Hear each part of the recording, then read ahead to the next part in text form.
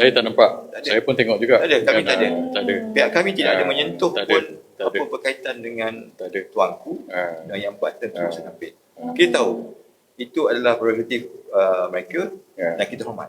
Dia tak suka Amin, cara Amin Ya, handle kita tak je. suka dengan Amin Din je. Okay. Cara Amin handle je. Saya nak tanya saya nak tanya satu soalan lah Cik Khairil. Sebab Cik Khairil biasa dengan orang-orang adat di Negeri Sembilan. Okay. Dia orang adat, ada pepatih di bawah, luar, semua kan. So soalan saya, Cik Khairil nampak orang-orang adat di Negeri Sembilan di bawah ni kata-kata percaya kepada Datuk Jalal ke percaya kepada Datuk Amin? Oh, soalan tu susah. Saya nak tanya. Okay. Saya nak sebut individu tu susah lah. Okay. Kita sebut parti terus lah. Parti? Oh, parti lah. Parti. Okey, direct. Okey. Parti je sebab individu tu sebab mungkin dia tak suka dan Datuk Seri Jalal. Okey, faham. Okey.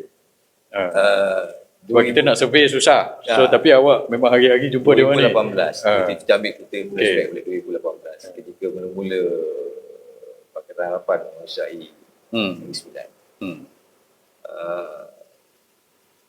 Kebanyakan datuk-datuk adat ni dia diprotes. Protes pada Pakatan Harapan? Tak, protes pada Barisan Nasional. Barisan Nasional. Okey, 2018. Okey. Sebab ada beberapa perkara yang tak selesai. Okey. Dan 2022 ramai ahli, boleh katakanlah datuk adat ni ramai favor sebelah Pakatan Harapan. Pakatan Harapan pada ketika itu. Okey. Ada yang juga berceramah untuk kempen. Okey. Tapi isu kali ini mereka yang menyokong Pakatan Harapan goyang. Goyang ke dah terbalik? Terbalik. Okey. Mereka tidak melihat lagi parti dah. Okey. Mereka melihat siapa yang boleh mempertahankan institusi. Mempertahankan adat itu. Okey. Besar dia punya. So dia nampak sekarang ni Pakatan Harapan tak boleh mempertahankan. Ya. Okey. Sebab beberapa perkara. Okey. Jadi perasaan tu mereka dah lama simpan tau. Dan benda ni meletup. Okey. Itu apa yang saya lihat kan saya bergaul, saya juga ramai kawan yang politik, ramai kawan untuk adat, dan saya juga sebahagian daripada sistem itu.